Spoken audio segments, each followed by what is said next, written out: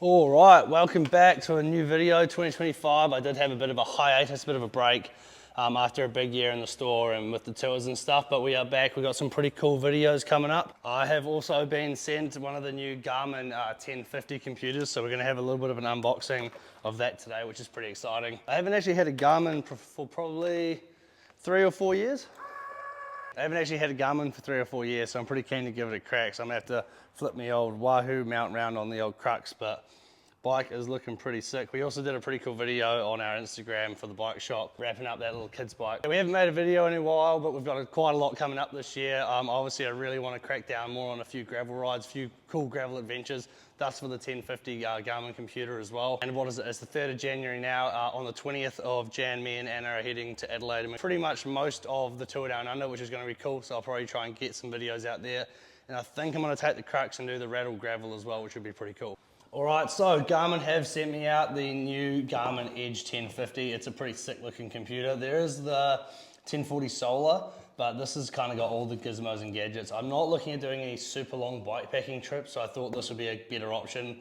A lot of people have done the video on the Solar, so I thought for 2025 we'd have a go with the 1050 and see how it goes. So obviously the main selling points with this new 1050 is the massive, very colorful, very bright display. But I think the coolest thing that they've shown on this is that obviously with certain banks, unfortunately ANZ isn't doing it at the moment, you can connect this to your phone, put a card on here, and then when you walk into the cafe on a ride, you can click your card and go bing, and then it pays for your thing via Apple Pay, which is pretty sick. Yeah, there she is in all her glory. I really like that they've kind of changed the design of it, and it's got more of the straight edges on the edge. Yeah, it's pretty sick. But yeah, for the most satisfying bit of all, pull this off. Oh yeah. Yeah, while that's starting out, we'll have a quick look in the box, see what's in here. It's got some of the quick mounts, an out front mount. This has got some Allen keys and like the little strap that goes on so you can't lose it. Charger, instructions, and that's pretty much it. Right, quick setup. And then it does give you like a little instructional little video on the actual Garmin itself of how to actually use the Garmin, which is pretty cool. I think the best thing about this is that you can kind of set it up between your different road bike, gravel bike, indoor training. I think you can do track. It even does indoor velodromes. And the thing that I wish that I had this for was when I did Unbound is that the map on my Wahoo Roam just really wasn't that detailed. Like I would have to zoom right up in, and it's obviously not colored as well, to try and find kind of those real technical turns out the back, especially when there's no service. Is not the easiest thing in the world. But yeah, look at that. That is a bloody nice looking screen. But yeah, literally just like a phone, scroll down, you can check your GPS, your sensors, you can change your brightness, super easy like this.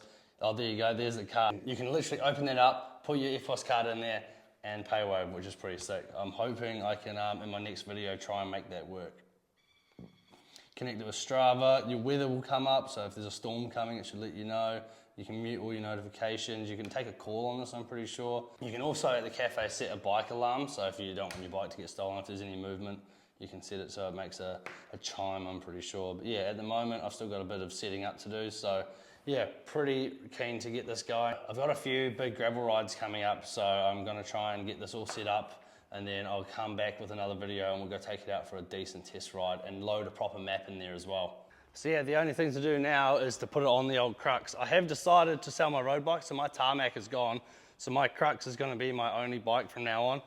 I just decided after my first few rides on it that the Crux is just gonna be my bike to do it all. It's so stiff, it literally rides like a road bike, but has the clearance to fit 50mm tires in it. It is just a phenomenal bike. The only last few bits that I wanna do to it is I wanna do a fully internal cockpit and stuff. I have seen a few of those videos on Instagram of people, you know, putting carbon over here and shaving it away and running full internal cables. I don't think I'm gonna do that, but I am gonna put a fully internal cockpit, probably like a 120 by 38 on there, just to make it look a little bit more modern. But yeah, she's looking pretty sick at the moment.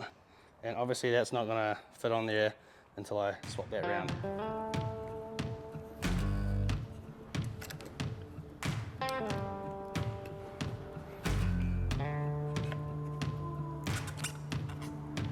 Right, and as easy as that, we have the Garmin 1050 on the Crux. Look how bright that screen is. That is far out. That is a big computer. It's literally like an iPhone on the front of your bike. Right, that's as much as I can do for this bit of the video, but yeah, just a quick look. Oh, there we go. Finally have the maps.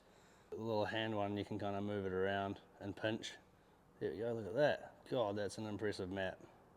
That's just a small little unboxing of the Garmin 1050. We're going to take this out for a little ride around the trails later, just to kind of see what the maps look like. And we'll do a few more in-depth videos on it, especially to trying to check the battery life, because obviously this isn't the solar version. But yeah, it's meant to be like the new powerhouse of computers, so I'm pretty keen to have it, and it does look pretty sick on the old Crux. All right, so hear me out. My new idea for 2025 is that I'm going to have one bike to do them all, and I want to show that a gravel bike is just as good as a road bike, just as good as a mountain bike in some areas, and is the perfect all-round bike if you do need a bike.